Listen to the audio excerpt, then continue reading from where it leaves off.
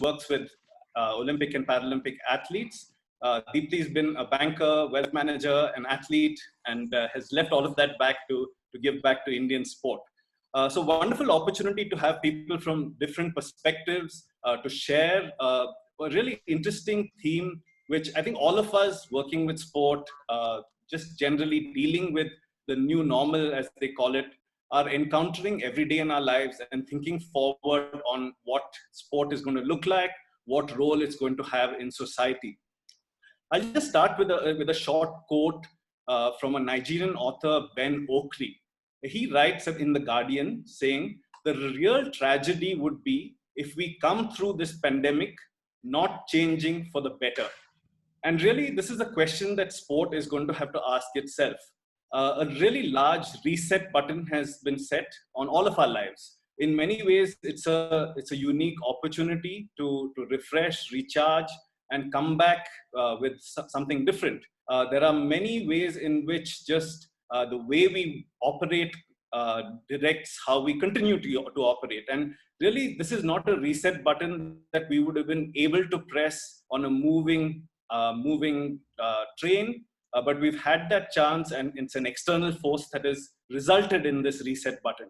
Now, what does it mean for sport when we resume? So when sport comes back, is the fight going to be to get back to what it was, so the old normal, or are we going to be looking towards a next and new normal for sport, with the demands, the expectations of sport, how it is played, what fans look at, how all the stakeholders in the sports industry operate in this new and next normal? So can it be balm? Can it be glue in a healing process? Can it bring communities together? Can it be the catalyst for change? And when it's doing all of these things, is it going to have to be what it already was? And is normalcy what we're looking for? Or is it going to have to reinvent and be something different to achieve these various objectives? And I have a wonderful panel with me to go through these interesting topics and of discussion. And first, I'd just like to open up to all of our panelists to make a few introductory remarks and really answer this one question, which says, do you see the structure, purpose, and nature of sport being any different once it returns? Could be from any perspective, could be from your personal experiences, or what you foresee as sport being whenever that new normal is. Sundar, if I may start with you, please. Thank you, everyone. I'm delighted to have this opportunity. Thanks, Nandan, for setting up the context. The sport seems trivial in times like these, in amidst what is going on. But I have somewhere deep belief and supported by enough history and facts of the past, that sport has continually demonstrated the power to influence the psychosocial behavior, the reconstruction of a new world. While it's important to understand what the new normal is going to be, I think it is worthwhile for us to spend and understand what what history tells us. What has it been in the past? It's not that we've not had catastrophe in the past. It's not that we've not had disasters. We've not had world wars. We've not had cyclones and hurricanes. Sport at the end of the day is a local community which has grown so large, and it is important for us to understand things in that context. Sport somewhere offers comfort. It's sort of the healing after the tragedy.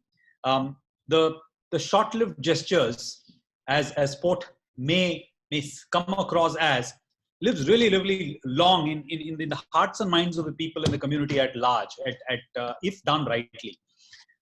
Sports are also sort of easy touchstones for us. The scoreboard, the starting lineup, the winning plays, all of that stuff is some sort of a touchstone for all of us. You forget things and it brings people together. Whether it is financial aid or spreading awareness or a ceremonial kickoff or a pitch or whatever that may be, the world of sport is definitely here to lend a sort of a helping hand when disaster strikes, as we are in the middle of things right now. International events bring the world together, and I think they should wait. They shouldn't hurry. There is no rush for international events. Domestic events, if I contrast it in that sense, brings communities together, and they should start right earnest. I believe the positivity that one can take from a better tomorrow, which sport can provide, is something that all of us, as contingents of the large industry called sport, that we all uplift, whether from the media or from the legal side or from administration side or athletes themselves. It's important to stop, introspect, respect, and show restraint in some manner as we look ahead. And I'm looking forward to the discussion and eliciting views from some of the other esteemed panelists to get their view, pick their mind, and what is that one brick that we can keep on the wall for sport to become a better place than what it was before this pandemic hit us all. Thank you, Sundar. Suresh, if we can go to you next. You wrote a piece this morning as well of, in some sense, after the hiatus, how do we return even before moving to the normal? Will sport be the same in empty stadia? Will we have to get used to a new way in which sport is played without audiences? Can you share your thoughts on this issue? Do you think the structure of sport is going to take some time? Is it going to try and become just what it was? Are there new challenges before it? And what is society going to expect? I think we'd be making a terrible mistake if we try to have, the sports of the pre-normalcy or whatever, because it's a terrible thing to say, but we have been presented with a chance to do things better, to knock away the things that are unnecessary, to bring in new stuff that would enrich and enhance the sporting experience, both for the spectator as well as the player, and of course the sponsors and the others involved. But there's a fantastic chance that we have just now to bring a whole lot of things together, which we've been ignoring for years together. The Olympic Games, for example, which is now a whole year away, it gives us a chance to start there, because if you consider that the biggest sporting event in the world, then this gives us a chance to reform the Olympics. Now, this is something that has been spoken of for years and years, but again, nothing has been done about it. Tokyo, for example, said initially that they were going to do the games for 12 billion pounds. Their own audit report says that it's now looking like 22 billion pounds. And another independent survey in Japan itself has said that we are looking at 28 billion pounds. Now, these are frightening numbers, and these numbers are only growing. And remember, the average percentage by which the reality overshoots the budget is something like 170%. So by the time the Olympics are over in Tokyo, and now consider this 1 year wait. So by the time the Olympics are over in Tokyo, the economy would be in a mess. The people would have to pay for it. So everything indicates that we should have a more controlled, a more organized, a better organized, a more, I wouldn't like to use the word austere, but this is what was used in 1948 when the Olympics came back after the Second World War. It was known as the austere Olympics, and there were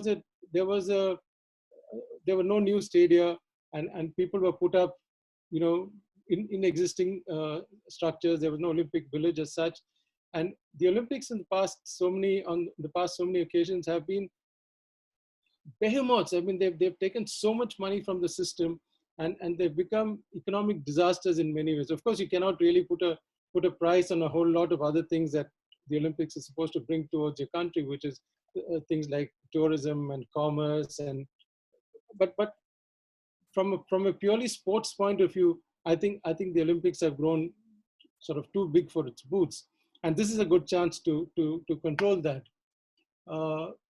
Perhaps I think we should also, from an Indian perspective, for example, I would like to see, I mean, a lot of things that we talk about today in this session where we say, this is what could happen, this is what might happen.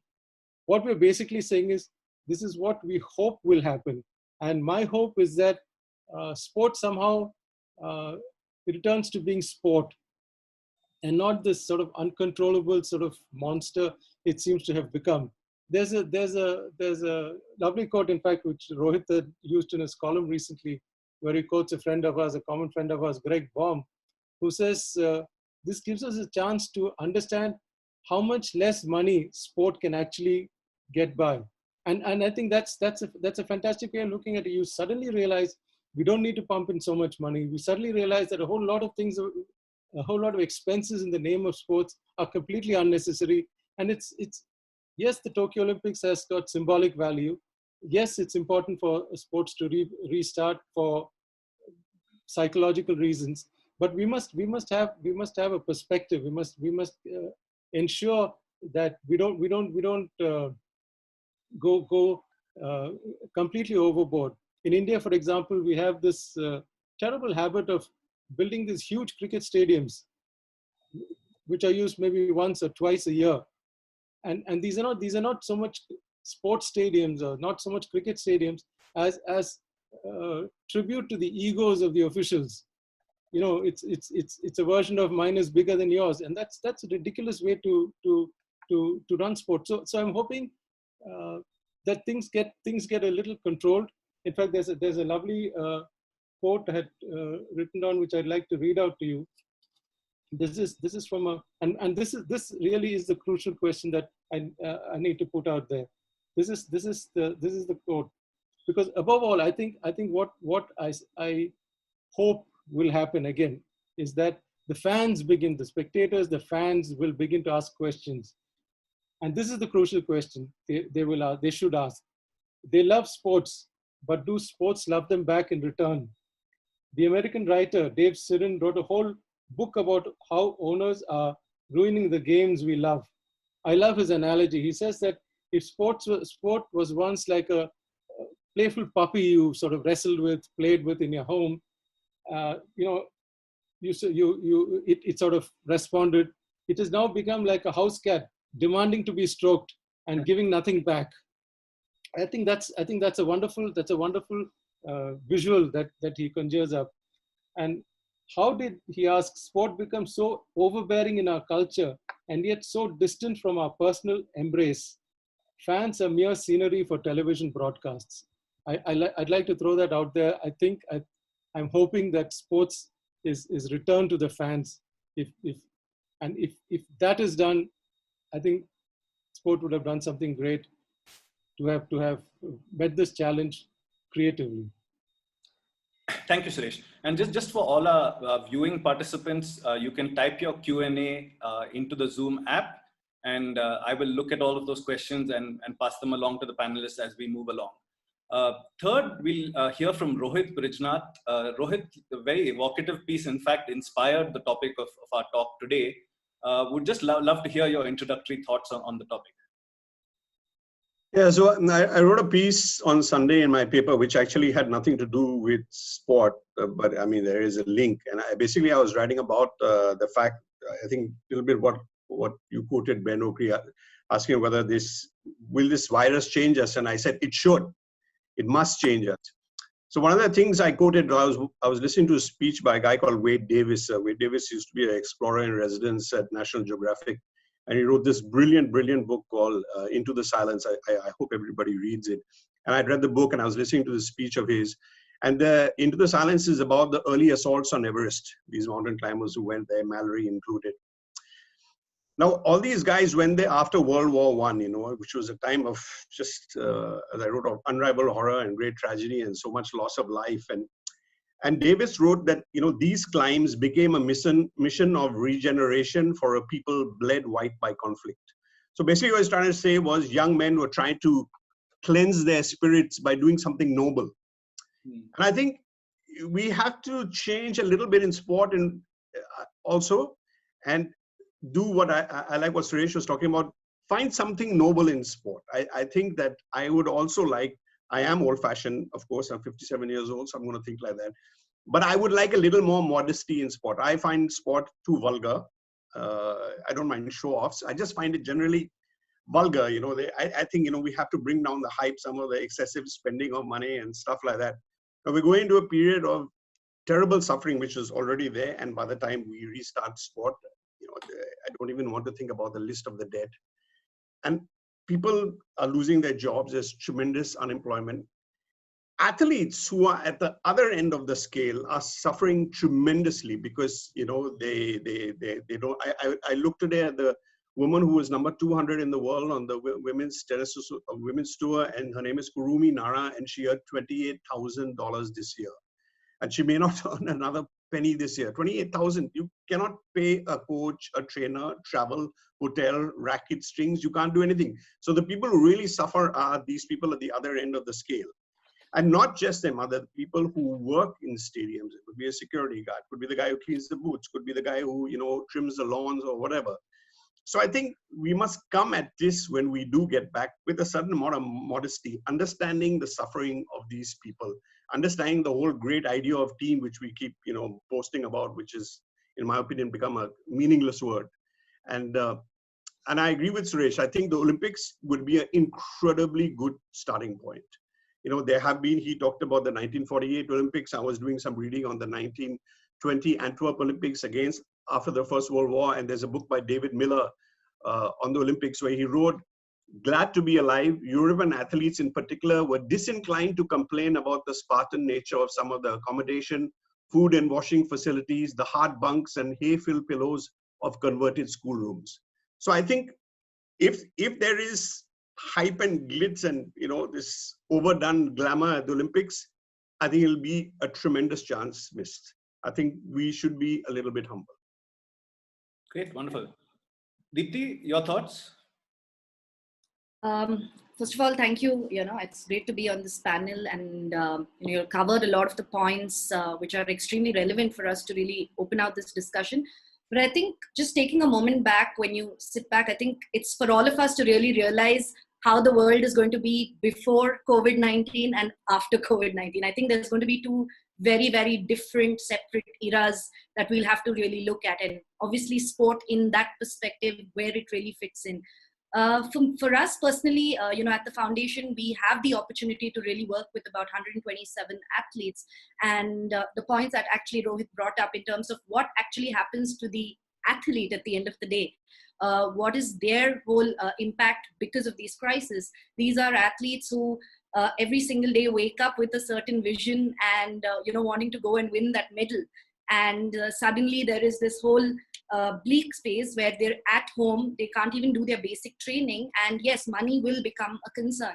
So I think broadly, if you look at even the whole value of Olympism, what is it? It's about bringing nations together. It's about social development between nations. And that's the true spirit. And today, if you see how modern Olympics is played out and the way we all participate as different nations, it's really about the medal. And somewhere along the way, we've forgotten the values of why this whole Olympics was created. So I think it's a wonderful opportunity, like Suresh mentioned, for us to really sit back, think, what is the role of sport? How can athletes actually, you know, start using their journeys and start becoming role models in some sense? And what is the value they, you know, in terms of learnings they've had? How can they really showcase that along the way? So broadly, I feel it's a very integral part. And the next 15 months, the dates are announced, but will it happen, not happen, given the current situation across the world?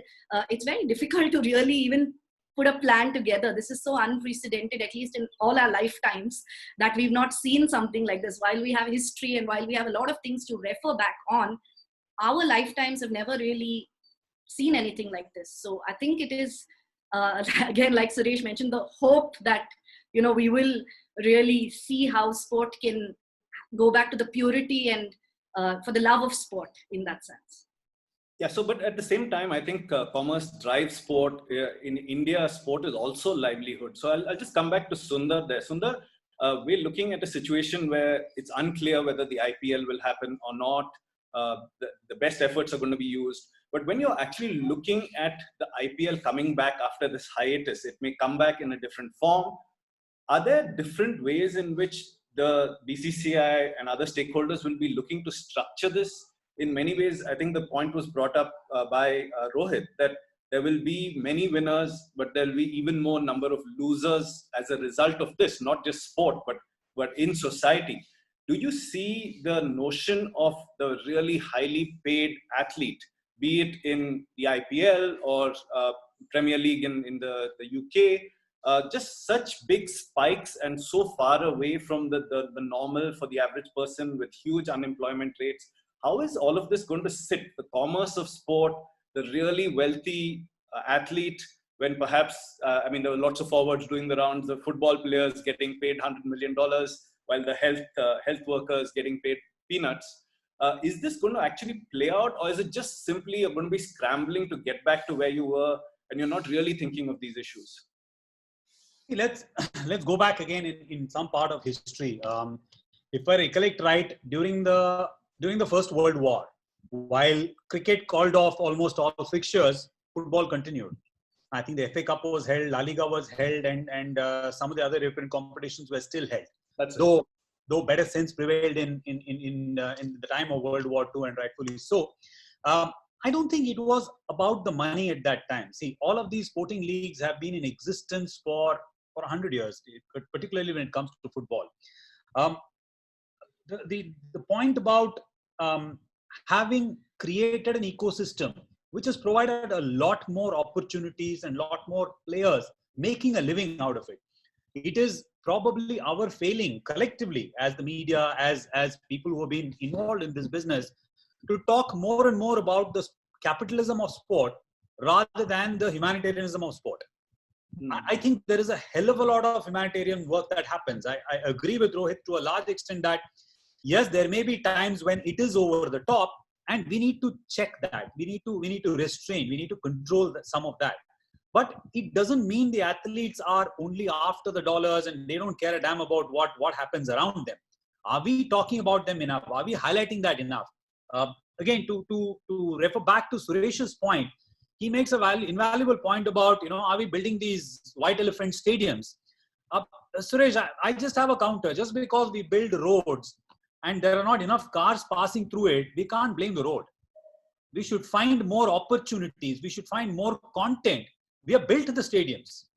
It is not white elephant. Let us create more livelihoods, more content, more number of people, almost every week. Make it a culture for sport to become a part of our livelihood. And that is how sport needs to look at it. Whether IPL comes back, I'm not even in that frame of mind. I don't think anybody is in that frame of mind about should IPL happen or not. I think the restraint coming is quite clear. If it happens, it's great.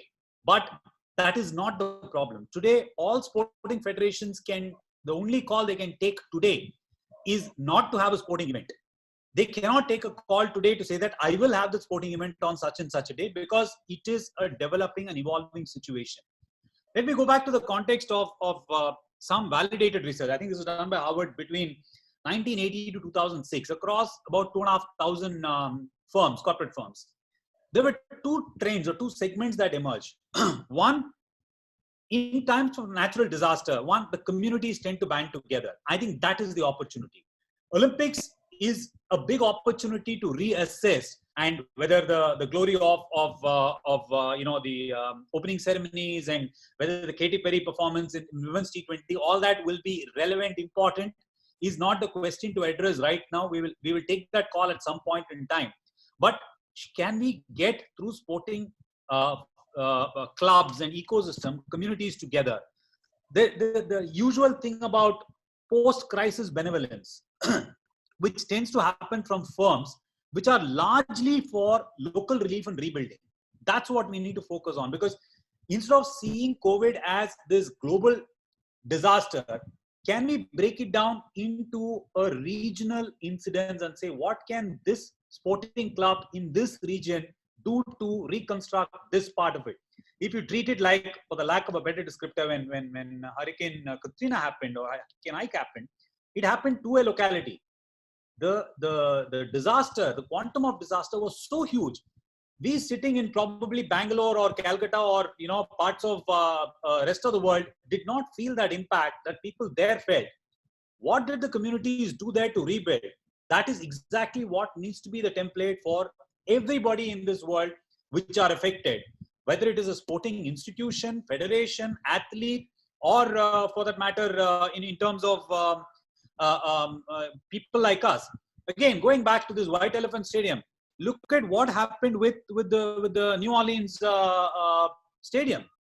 People still talk about New Orleans being used as a facility during Hurricane Katrina. That was a sports stadium. It was torn apart completely, but they rebuilt it.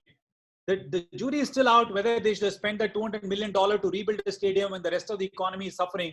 But there is a glimmer of hope. The second part of the study also showed that if the disaster is so large, people tend to go for, let me secure my own oxygen mask, which is where the corporate firms do, which is where the institutions start doing, saying, I must be able to breathe to allow the other person to breathe. And they have put a threshold. The study has put a threshold of, if the impact is above $5 billion of disaster value is equivalent to about $5 billion, and people will go on to secure themselves first before they secure the community. I think there is a lot to be done. This is the time to reconnect. This is the time to show restraint. I agree. Showing restraint will still be symbolic. This is the time to reconnect with the academies, reconnect with the coaches, reconnect with the physios, reconnect with the PT masters, to build hope, to build more champions, to give hope amidst all of these people who have gone through so much. And that is important. What, for example, Roy Krishna did in the context of post-Wellington mosque attack, he restrained himself. This was his celebration after he scored the first goal for Wellington against the Sydney. Or what George Bush did weeks after what the 9/11 attacks were symbolic. These are not placebos. These are hope. These are signatures of hope. Or what happened in the case with the New Orleans Stadium, the pre and post. I think there is an excellent historical reference of what can happen, what can sports do. Instead of saying we must restrain all of these, let us also talk about what we can do to build a community and the support system at large to get that daily worker back his job and to make his living slightly better than what it is and slightly more hopeful than what it ever was. Thank you, Sundar.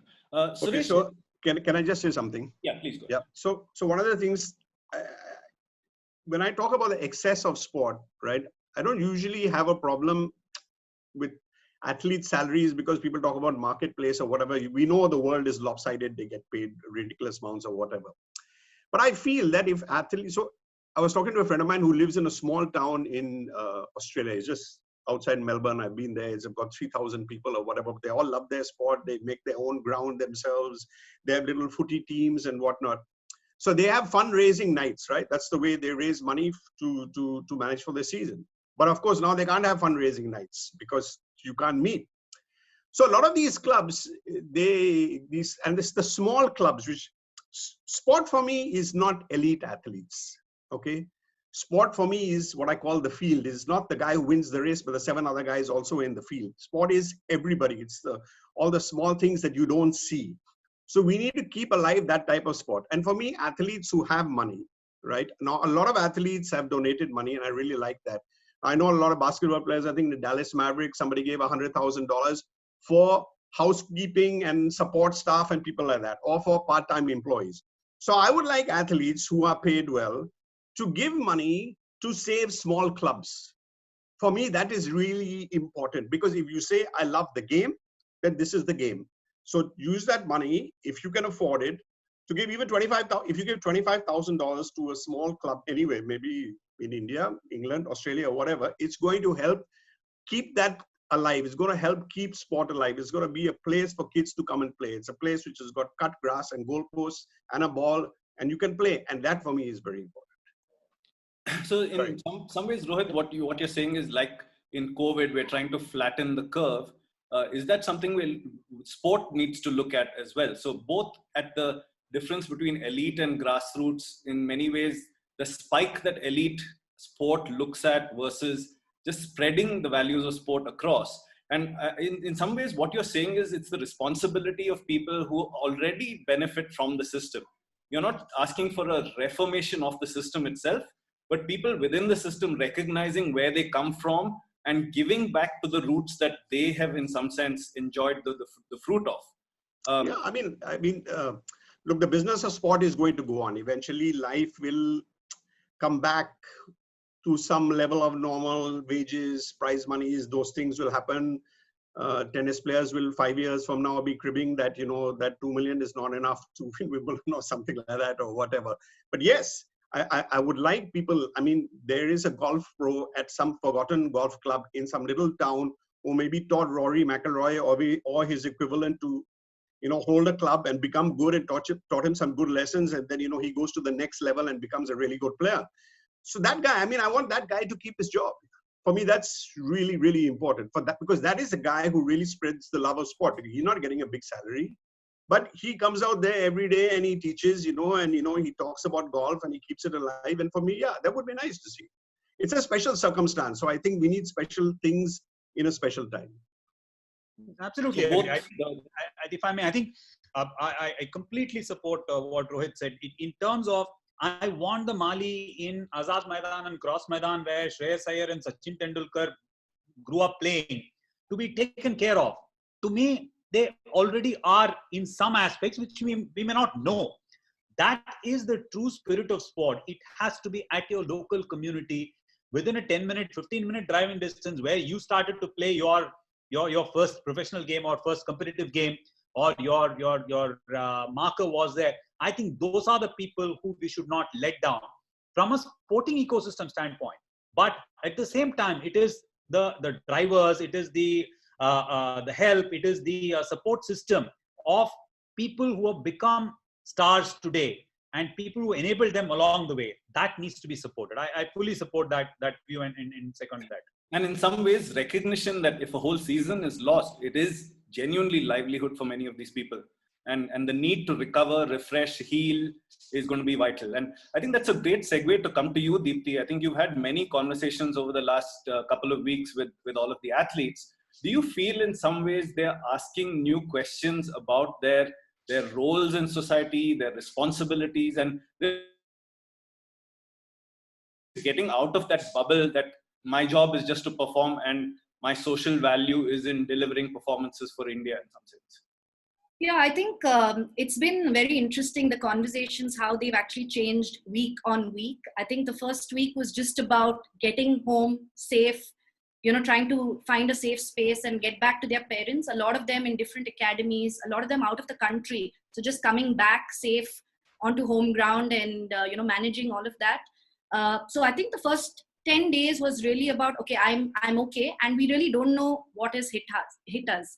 So a lot of them spent the first week just talking about, I never get time at home with family, so I'll enjoy this period. Or I've not binged watched like my other friends, so let me just watch some Netflix shows, right? So it was initially that. But on week 2, we actually had an online workshop on just well-being and just try to understand, how are you guys doing? What is happening? And the kind of questions that came up at that point of time was really heartening. It was just that, also the dates for the Olympics was not yet announced at that point of time. So a lot of them who had qualified or going to qualify, waiting for the qualification events, were really worried. Were in fact a lot of them on heightened levels of anxiety.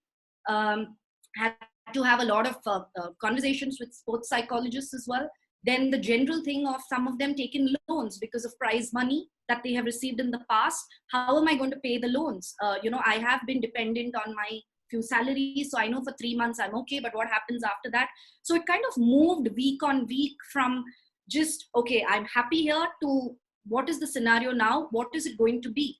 And just over the last 3 days of conversations, I think it's really moved to, okay, now that we know Olympics is there, how do we make up for it?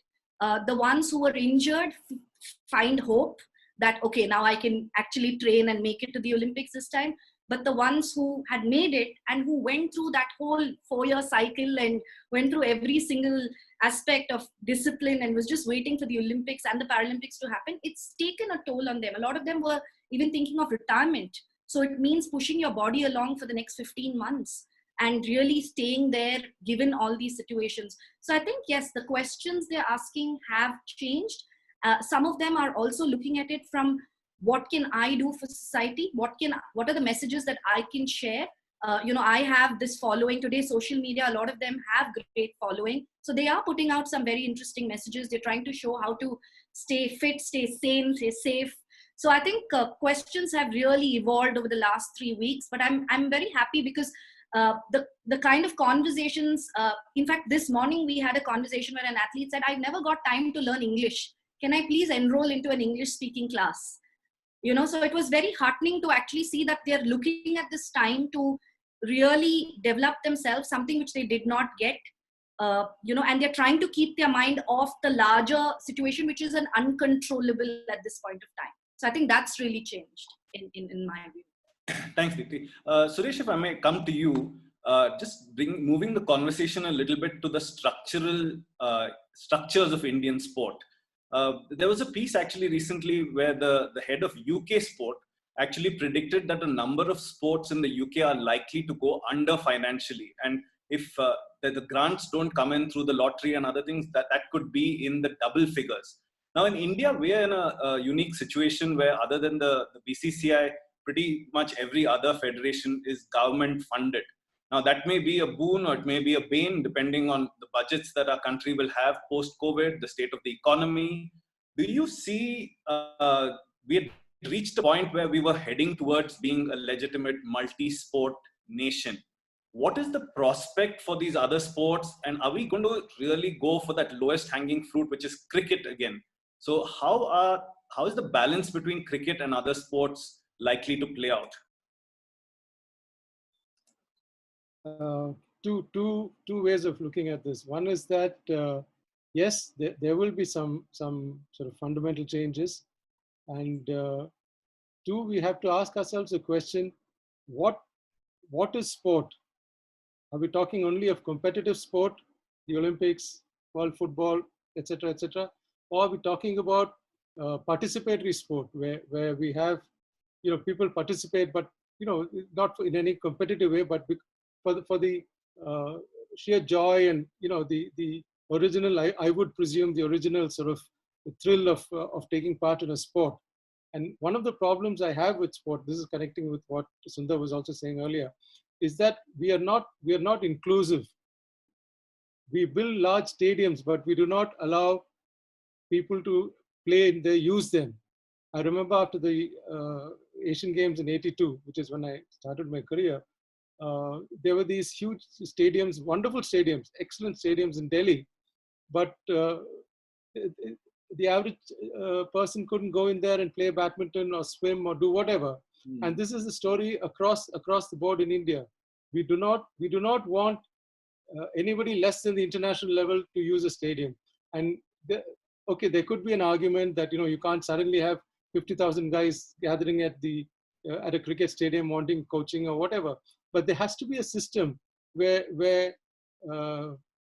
exactly as Rohit was saying, where the big guys somehow bring in the small guys, bring them into the system. And one of the problems that other sports have, which they will now face and which they will now have to address with the seriousness that has been lacking over the years, is that they are totally dependent on the government for their funds, and they can take their lessons from BCCI, which has sold the game of cricket very well, and which has administered the game of cricket very well, despite all the criticism that people like you and Rohit and I have made over the years.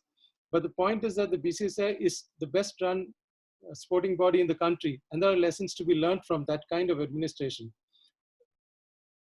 The fact is that we have now reached a stage when I think sporting associations have to now divorce themselves from government handouts for a period of time.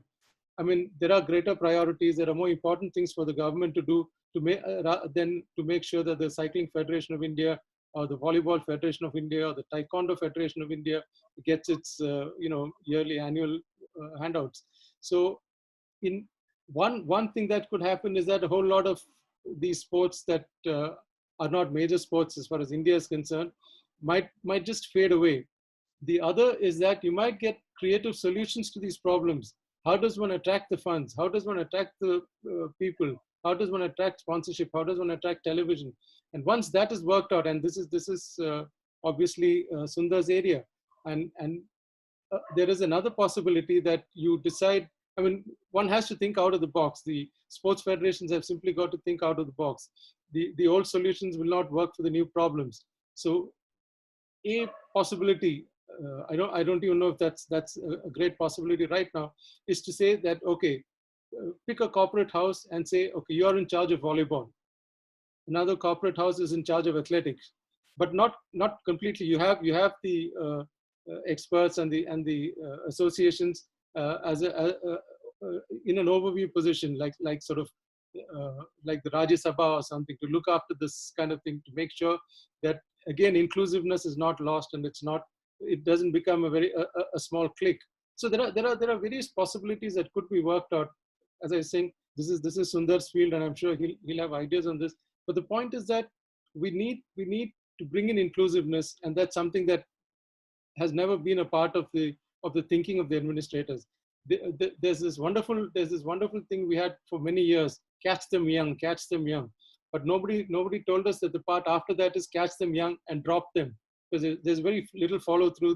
There are no records, So it's a kind of a system which doesn't, frankly, which doesn't deserve handouts. You turn professional, and then we'll see what we can do. But unfortunately, you have the members of parliament, you have politicians heading these various institutions, these various associations, for whatever reasons. Ego comes into it again, and it becomes difficult to shake the system. But if you have to shake the system, and you do have to shake the system, there is no time like the present, and that's important to understand. Yeah, I think that's a very interesting point, Suresh, in terms of dovetailing this into what it means for the governance structure of sport in our country. In many ways, I think there's been a band-aid put on a lot of the sports using the private leagues, which actually have replaced the nationals, absolved lots of the federations of responsibility. It's a private operator in many cases taking over and running these. And the reality is that after this, many of them are likely to be unsustainable commercially. So what it means is actually going back to the drawing board, and the eternal optimist in me would like to think that that would give pause for new forms of governance in terms of deserving funding from the private sector rather than demanding it from the government. We've worked in a very, very government-centric model in sports other than cricket, expecting in some sense dole outs because they exist, rather than putting in governance structures which will attract the funding, attract resources. And really there I'd like to go to Sundar. Sundar, how do you look at this? What will sponsors be looking at? Is cricket really the low-hanging fruit? We'll see cricket back on track, everything else sort of second fiddle. See, there are two parts to this, Nandan. One is to address the continuity of what you and Suresh have raised. This is probably the worst time to do away with experienced administrators. So it's not, please, let's not walk the path of cricket and do something which shouldn't have happened to the extent to which it happened, and sort of set people probably back by many years. I think it's important to put systems in place, and just not about replacing people. Whether it is government money or private money, let there be the checks and balances, the mechanisms of control, as they say, on how it is expended, towards what purpose is it expended. Is it going to the end beneficiary? I think that is very important. Having said that, this is the time where I believe sport needs to address who is affected by the disaster. Is it the primary survivors? Is it the secondary survivors? Or is it the third level, which is rescue and recovery personnel that it is talking to? Any disaster will have various phases. And let's see what sports organizations have done. The pre-impact, when we knew the wind was coming, did we behave responsibly? I think to a large extent, sporting organizations behaved responsibly. When the warning phase happened, did the sporting organization behave responsibly? I think the answer is yes.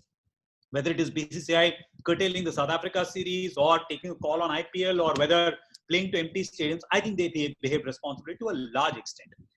The third part of it is when the impact is, which I think we are in the middle of. We're in the middle of the storm. And what is happening during the impact? Are we behaving responsibility? Absolutely yes. We are spreading awareness. We are not complaining. We are not getting games. We are not complaining. We are not getting paid. We are using our fame and reach to spread the message and behave properly. The next three phases, I think, will be critical, which is the rescue phase. which is the effort for survival. From, I think, the rescue phase, we will move into the rationing space or the inventory space. Then, do I have my basic needs in place? Once the storm has come, once the hurricane has hit, do I have my essentials in place? Do I have my job back? Do I get my paid? Is there a reduction in pay? Do I continue to go to a sporting facility? Is there a line of sight on sports that is going to happen? And the last two phases, which is the disillusionment phase, which people go through, and the reconstruction phase that will go through.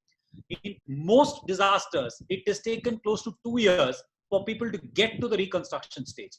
If sport in India can fast track that from the standard 2 years to a 18-month or a 12-month or even a 6-month period, I think we would have done fabulously well. It is not necessarily about I learn English. I think they should learn English and spend their time constructively, spend their fame and reach to spread the message.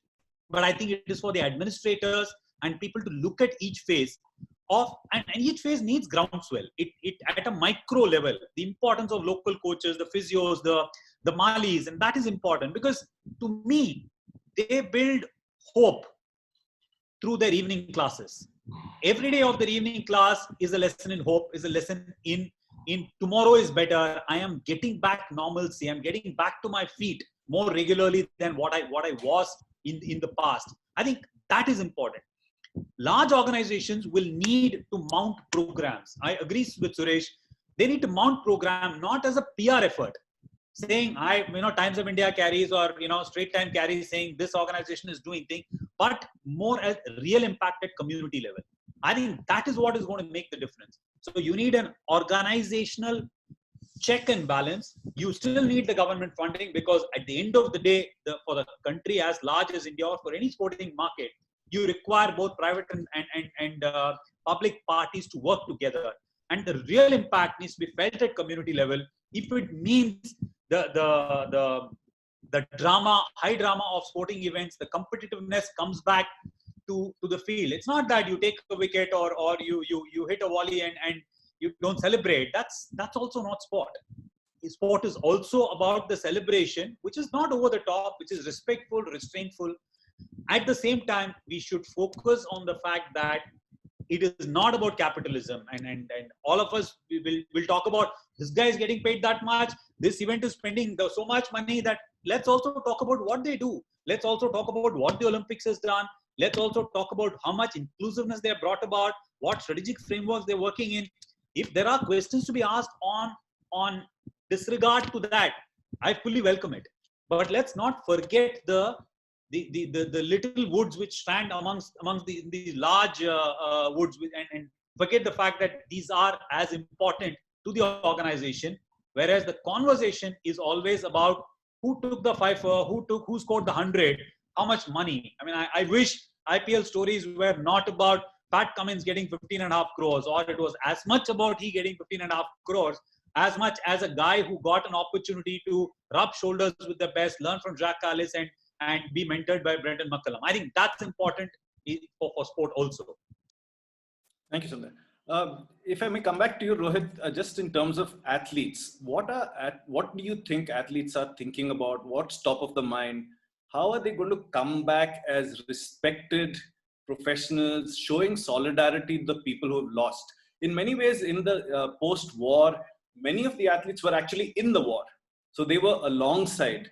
In these situations, we hear of a few former athletes actually contracting COVID. Some of them have passed away recently. But the ones on the front lines have not necessarily yet been on the front lines of looking at this disease. So in many ways, there's going to be a desire to engage, a desire to give back. What do you think that athletes at the top, once you're done posting your selfies, posting your cooking videos, posting your fitness videos, and telling people to stay safe, what is phase 2 beyond yourself, looking outside? I have a few things to say about athletes generally. I think a lot of top athletes are doing a lot of good stuff. I'm pretty impressed by what they're doing on social media, putting out videos, maybe as simple as washing hands. I think the best athletes understand that fame is a tremendous megaphone, and they have a tremendous platform, and they're using that. I think Federer is giving money, other athletes are giving money, they're helping with hospitals. So I think athletes are doing a pretty decent job. I think A lot of athletes will understand their privilege. I think it's a time, for one of the things about this, because we are staying at home, there are no journeys outwards, there are journeys inwards. So I think there's a time for a lot of reflection. And I think that happens for athletes as well. And I think they will understand their privilege. They'll understand that, look, we do great things, but we can't save lives. So I think they will understand those things. But I've been talking to a lot of young athletes in Singapore, rowers and, people like whom Deepthi would deal with or whatever. And I'm finding two things happening at the same time, which are quite interesting.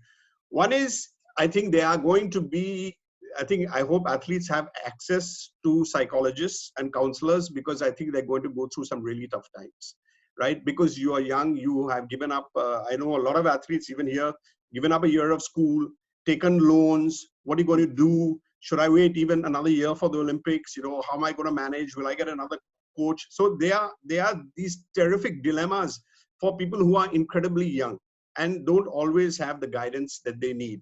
So that's one really tough thing. I know people who will be reconsidering their careers. I know older athletes will think, man, I better quit because I don't think I'm going to have anything left in me even by next year. So there are lots of tough decisions. And I think one of the things that, and we all know this, that separates athletes from a lot of people, like just say musicians, for example, is time. I think you can't play sport forever. I mean, I can play the guitar, and you can be Bob Dylan at 75, but you can't play sport beyond an age. So that becomes an issue. So you always feel that tension of time, and I think but the other side of it, what I found, which is really nice, is that I also find that athletes, are incredibly positive people. Somehow or the other, you'll see Federer, he'll come out of a terrible loss and he'll say, yeah, but I hit my forehand well. So they're able to find this little sunlight somewhere. And I think that's really important in a situation like this. And I also think athletes adapt. Athletes tend to go through tough situations in their lives. I mean, I always remember Abhinav, I think in Rio, he's sitting on a table, he's obviously too heavy and it collapsed and, his sight broke and, he had to manage. And I read a story the other day, I think 1964, I hope I haven't got this wrong. The guy who won the 100 meters, Bob Hayes, borrowed a pair of spikes and won the 100 meters. So athletes adapt. So I know a lot of athletes who are at home. Now they can't go out, they can't train. So I spoke to a shooter the other day, so she can't keep a gun at home. So she was still learning, how to do her positioning and whatnot, even at home, practice in front of a mirror. I spoke to a fencer who put in a treadmill in her house and bought some weights. So she was training there, practicing her footwork. So they're finding ways. Somehow or the other, you talk about, basically we always talk about athletes, don't quit, don't quit, don't quit.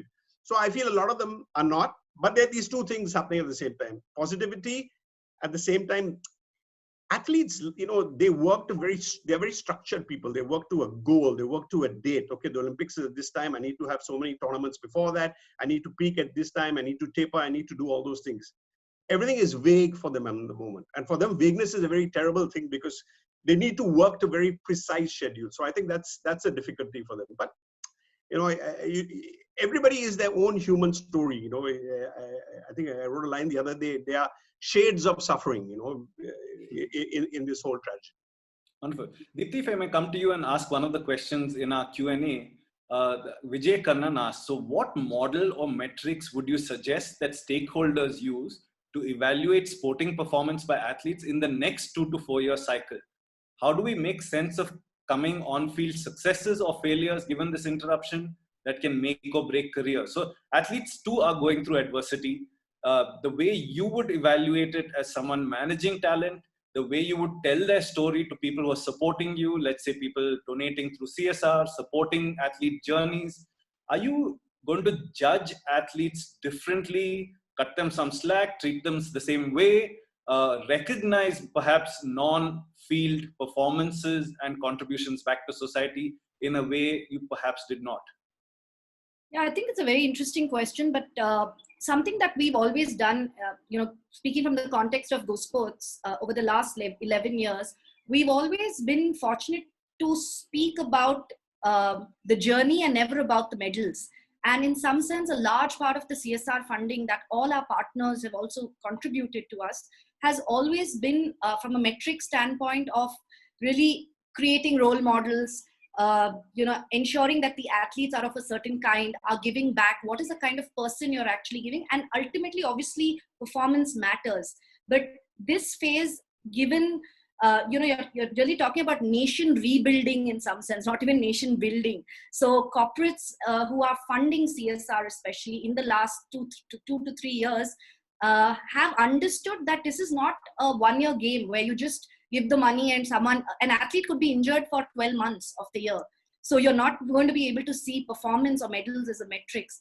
So in the next 12 to 24 months, I think it's going to be really depending on what phase of their journey they are in. Obviously, at an Olympic level, that's going to be the focus over the next 15 months, keeping in mind the constraints that we have to deal with. But a junior athlete, emerging athlete, it would be very, very different. It would really be in terms of what is the kind of knowledge building that you're really doing to understand your sport better. Is there more technical aspects that you can learn? For example, anti-doping is a very important topic, and most athletes just get into an elite level even without understanding the basics of it.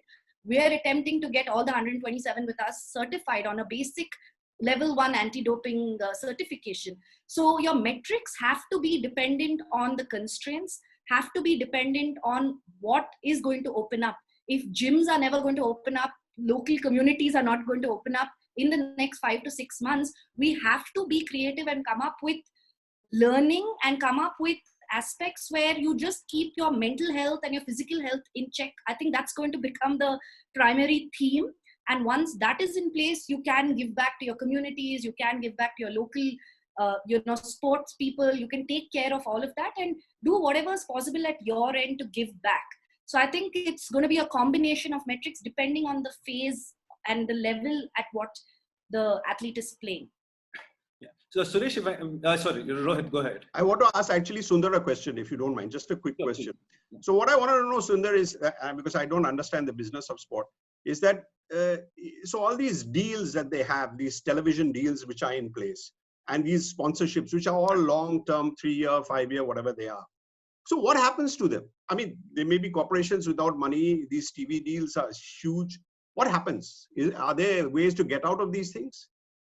See, the way it depends on how the contracts are structured. Most of these contracts have the force majeure clause, and the force majeure clause generally provides for any act of God or floods or hurricane or epidemic or pandemic kind of stuff, which there is a general insurance process that is taken. So whether it is a broadcaster taking insurance with Lloyd's of London, and it is covered, and theoretically most of them should have already taken protection to that an extent. So that is one part of it, in which case who pays out that money is the question, whether it's the broadcaster or the insurance agent. In this case, it probably may be an insurance agent. So that's how things play out in business actually. But having said that, let's look at, I think it's an interesting question that you raised, Nandan, if I may fix that point a bit. Let's look at the next 6-month horizon on sport, at least till end of the year. We are already in April. Wimbledon is cancelled. French Open is theoretically rescheduled. Bundesliga, La Liga are talking about coming back to play by end of May, which I think is ambitious. The 100 or the English cricket season is still in question. Not sure. Olympics is most certainly announced the deferment. The World T20 has not taken a call, which is in Australia.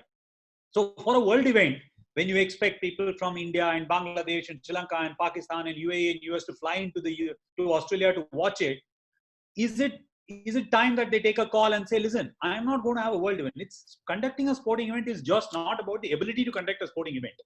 It's the ability to bring in cheer. Are consumers going to be able to pay the money to come and watch a cricket match? Are you going to attract the fans with the same fanfare and say that, I'll get the 30% Indians and 20%, people from US to come and cheer for the country? They can't book a flight.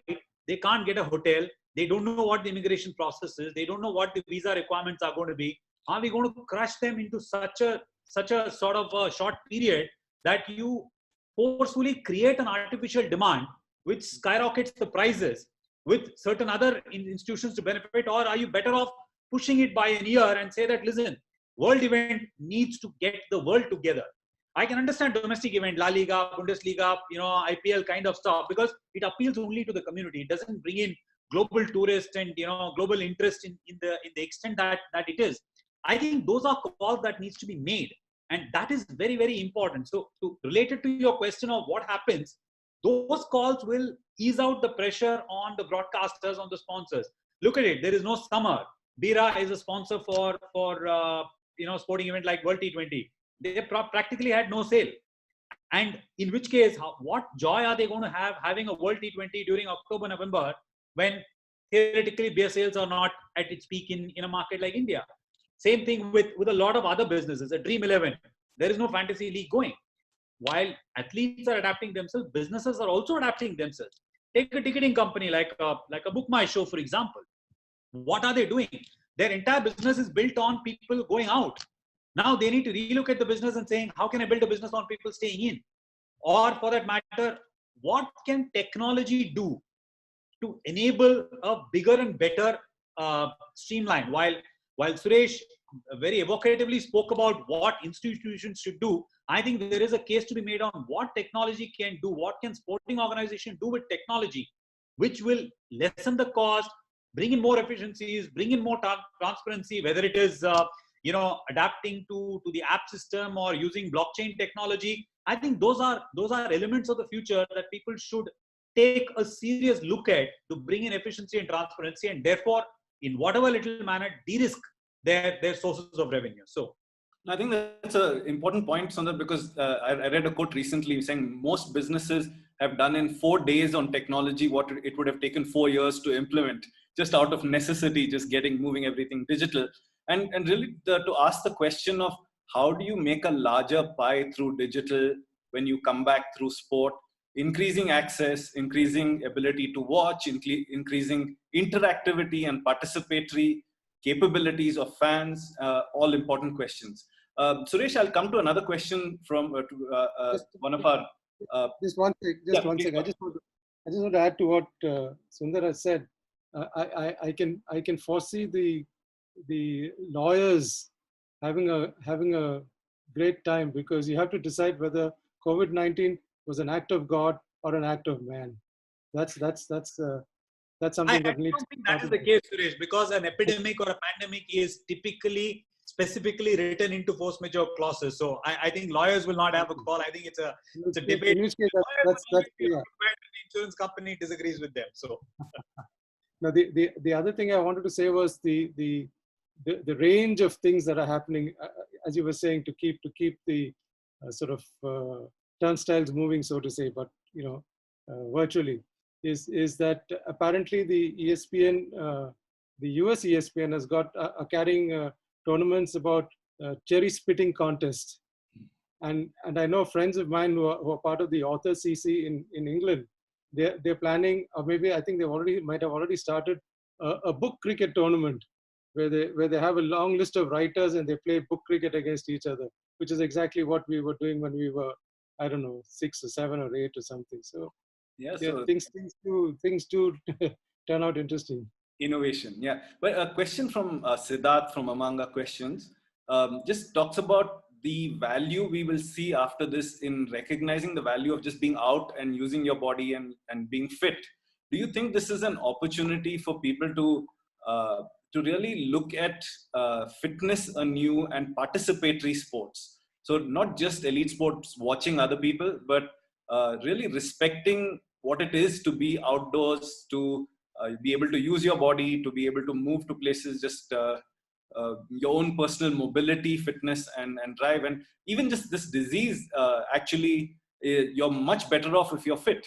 Unfit people have comorbidities here, and just getting back to the core of being fit and being out there and using sport to get that. Do you see that as a possibility, or is it just the minute you're able to get back, you'll just get back to the older life? So yeah, theoretically, that is what one should see.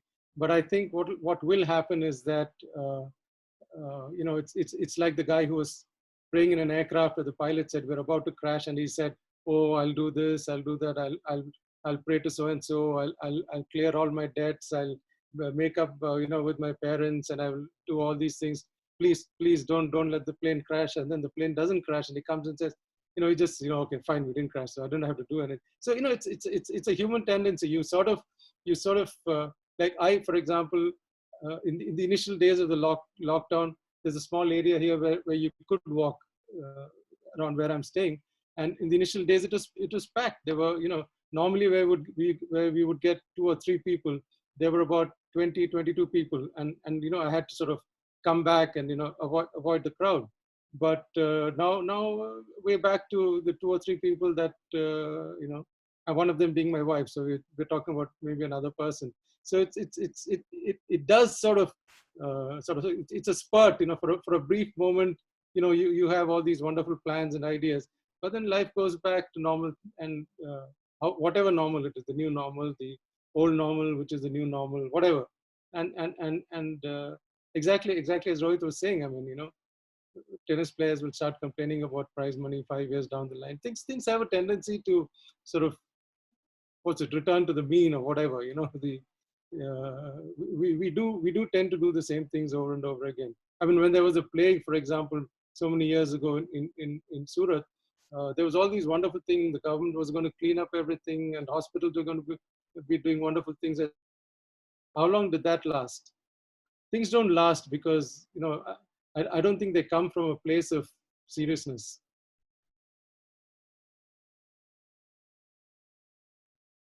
Yeah, and thanks for that, Suresh. Just talking, Deepthi, if I may come to you, I think this is also a chance for sport to address a number of issues. I think the disease itself shown sort of our interconnected futures, but at the same time has also driven us towards slightly more perhaps xenophobia, other things like that. So what's the role that sport can play in fighting some of the bigger battles? Let's about mental health. Let's talk about gender. Let's talk about racism. Are these conversations that are ongoing? What do you think can happen going forward?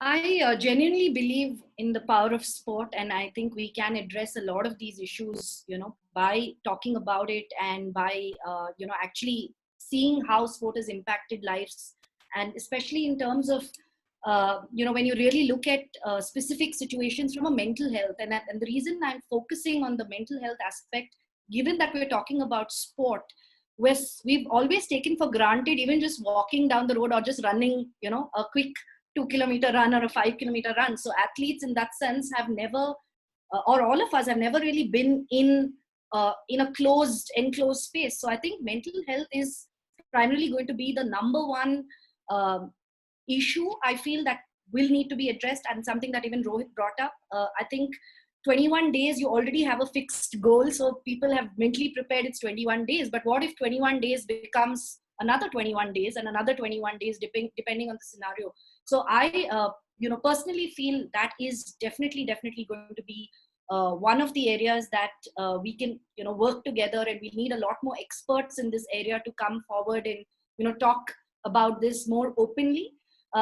Especially in the last 2-3 years, you've seen some of the biggest athletes come out and speak about their mental health concerns. And that has actually opened up a lot of conversations within our own homes, within the athlete community. And I feel not just the athletes, especially in India, I feel are very, very dependent even on their coaches. And, we've spoken about all the different people and stakeholders, but I feel the coaches are so integral in the ecosystem, of the power of sport, because a large part of the love for sport, enjoying the sport, is because of that discipline and dedication that my coach brought, to me. So yes, there is, different aspects, like from the racism side of it, athletes are taking up these causes and speaking about it. I think there just needs to be more awareness, and we need to speak about it a lot more. There should be more forums about it, more discussions, debates, because I think unless it happens to you personally, you really don't know how to react. And you really are just coming from an information that has come from or happened to another person. So when we speak to, some of our athletes from the Northeast, a lot of them actually train in communities and have been around other athletes for a very long time. So they don't really face this. But if it is someone, an individual outside of a protected community, I think it's a lot more. So how can you use these athletes as role models to then speak up and talk about all these aspects? So I think each and every athlete, irrespective of the level that they are in, has a role in their community to talk about various issues and to address them. Can I just add something on that, Nandan? That I understand what you're saying is, and I think what is going to happen, which I hope I'm wrong, because we are going to be talking so much about the survival of sport, and very understandably for then, just getting leagues back and players back and money. There are so many important issues in sport. I mean, there's racism, there's xenophobia, there are women's rights, there's equal pay, there's harassment, I mean, last year we were talking about, famous athletic coaches in America who were body shaming women athletes. There was a harassment of athletes. There's so many things, and and I thought one of the great things that happened last year was the American women's soccer team and Megan Rapinoe talking so powerfully about so many issues. I actually have a granddaughter, and for me, I would love her to have Rapinoe as a role model, coming out and speaking and whatever it is about your sexuality or whatever it is. And I wonder whether these issues, which need so much play and still, in my opinion, don't get enough play, whether they are going to take a little bit of a backseat for a while, because we are going to be talking about money and economics and when tournaments are going to be, and will seasons finish, and those issues which are so important, and where sport, I think, was beginning to make some sort of headway. I think those are going to just lose a little bit of momentum. I mean, they will come back, and the issues which have to be addressed. But yeah, I think that's what you're trying to say. And I think, yes, exactly. I hope it doesn't happen, but I think it might happen. Yeah, I think maybe survival will take first precedence. It will. There's actually lots of ground to be regained in some sense. Sundar, anything you would like to add there? I think my own sense of the issues is, we need to bucket the overall set of issues into various areas. The way I see it is, clubs or sporting institution first need to assess their community needs and contribute. That's stage one. Because in the context of people who are impacted, sports person who we are a part of that ecosystem are important, but there's a wider social system in disarray. I think that will take precedence over everything else. Clearly, the number of sports person who needs to be attended to, there's got to be a structured program.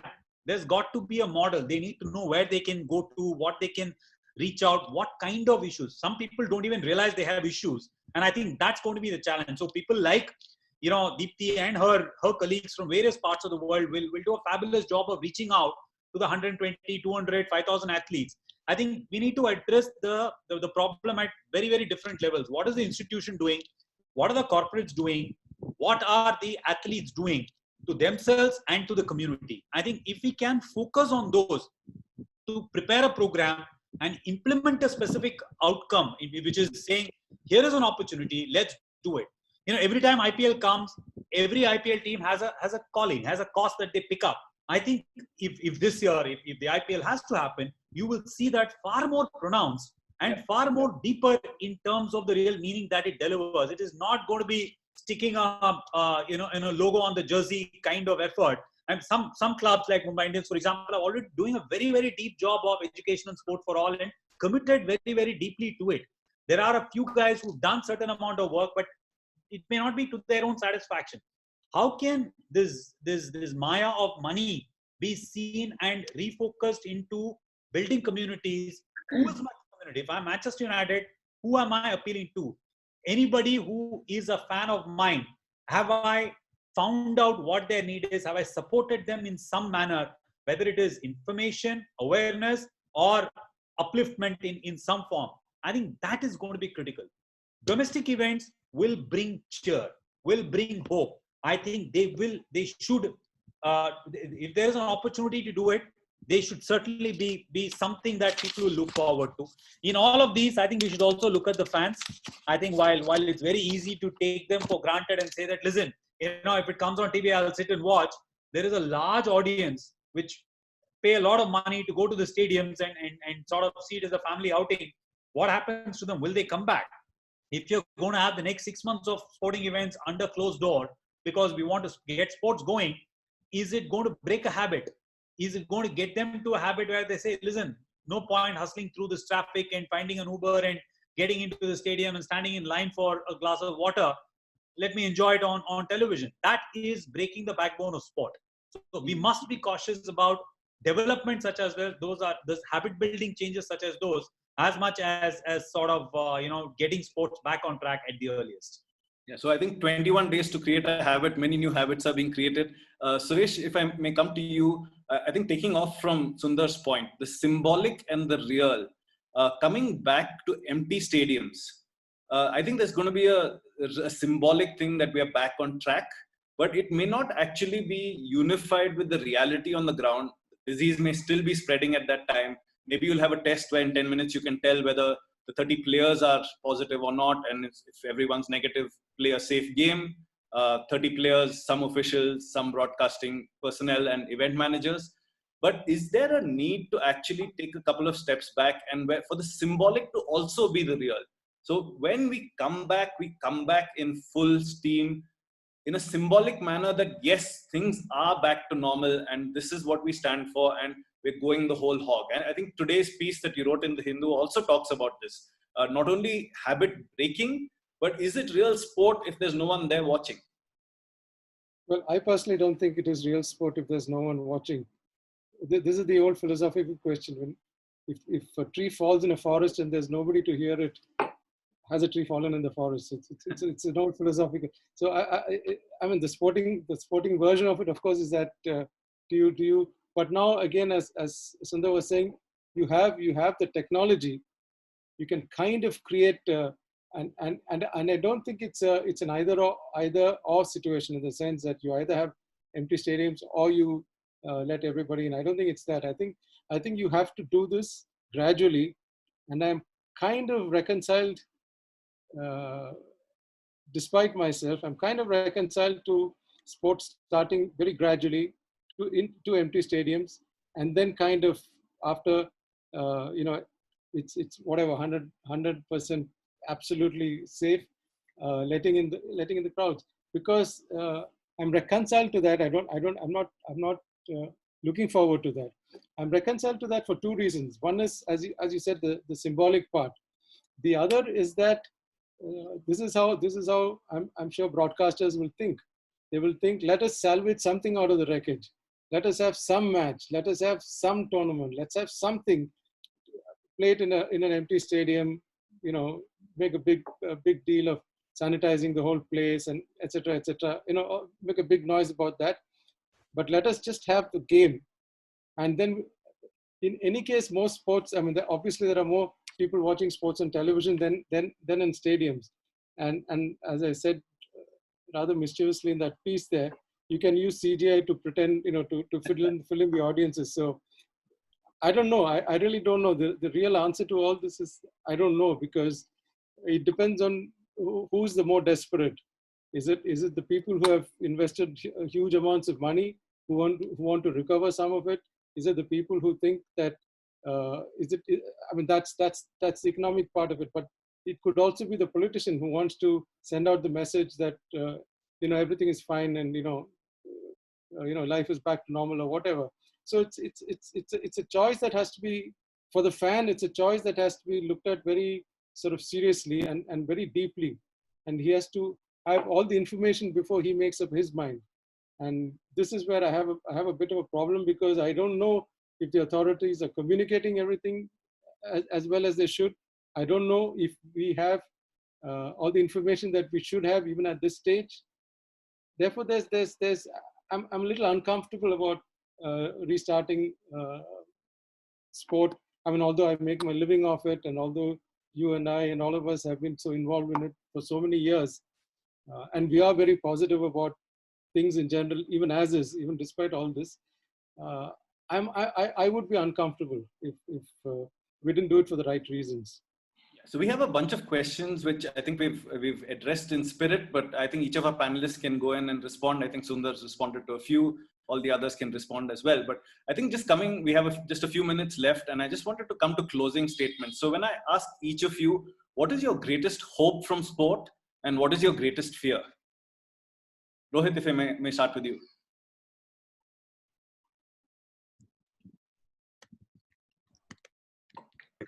Sorry. Yeah, I think you're on mute, Rohit. Somebody's muted me, so. Okay. Again. Rohit, you're on mute. Yeah, now better. Okay.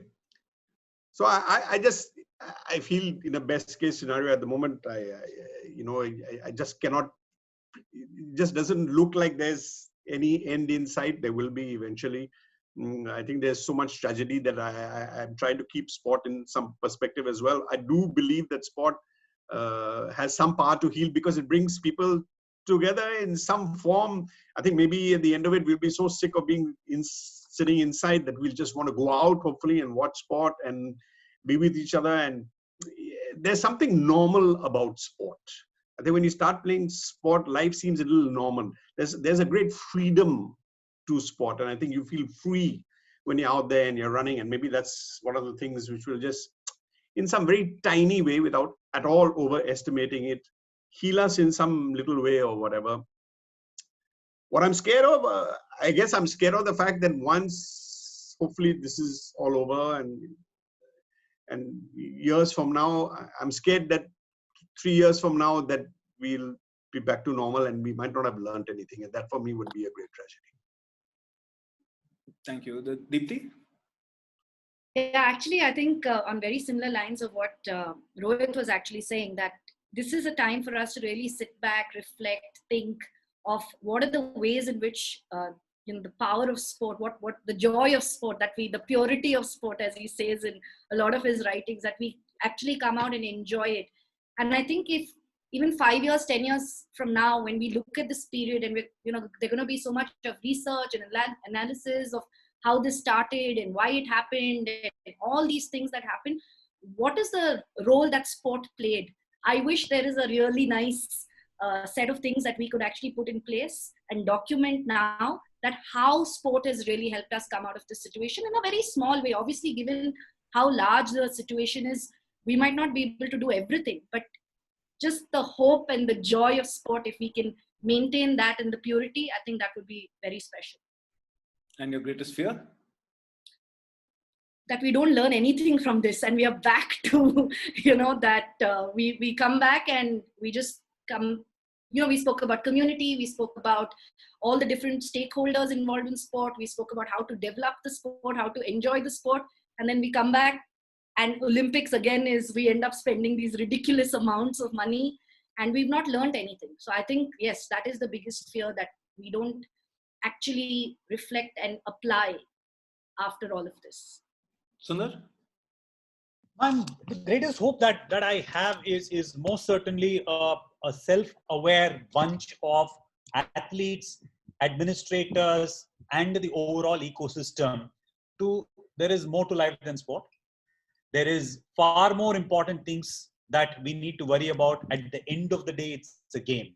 While people keep saying it and they put the amount of effort, whether it is doping to win, or competing in not so clean manner, or standing in your face, I think my greatest hope is this will probably be the mirror which will make more Rahul Dravids and Roger Federers, evoke the Rahul Dravids and Roger Federers in you in more athletes, which is to put what is more meaningful than just playing and competing. And when you retire, you have played a sport, and there is a lifetime to look ahead to living and to leading a more meaningful life. I think that's my biggest hope, that what COVID is doing to athletes or doing to the sports industry. I think that's my sincere hope to see coming out of the other side.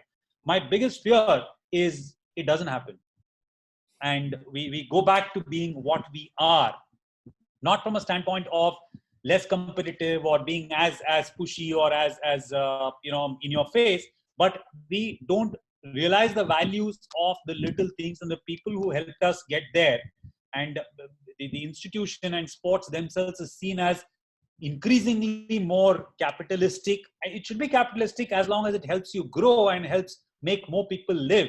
And hopefully sport also helps you build a healthy life and a better immunity, and hopefully it solves a problem for you. And if you've not learned anything, that's my biggest fear. Last word, Suresh? Well, I've always said that sport is the most trivial thing we can do, which is deeply meaningful. and it's not a contradiction in my mind. And I think that we need to get a perspective on sport. We need to understand its place in the grand scheme of things. And my hope is that in some way, in the Indian context, sport becomes more inclusive, it becomes more participatory, and that the big names in sport have a role to play in this. It's so much easier for them to send this message out than it is for politicians, I can assure you. My greatest fear, in a very limited sort of sense of what we've been talking, my greatest fear is that we will go back to, we will get the timing wrong, and we will go back to competitive sport before it is absolutely safe to do so. Great, wonderful. So thank you all for being a wonderful, wonderful panel. Thank you to all our speakers. When you have the time, please do try and respond to all of the questions from all of our participants and audience. It's been really refreshing, lots of thought-provoking things, and really my hope is that all of your hopes come true. So on that note, we'll bring this to a wind down, and thank you to BIC for this opportunity and for really addressing this very interesting issue. Over to you, Raman. Thank you, Rohit, Suresh, Sundar, Deepthi, and Nandan. Special thanks to Deepthi Rao for technical support, for jumping in last minute to help us sort out a starting problem that we had. She's part of the Arts and Cultural Resources India, ARCI, which, and this is part of the capacity building program. Do sign up to our mailing list by going to our website, bangaloreinternationalcenter.org, to get updates from us, and see you all soon. Thank you. Thank you.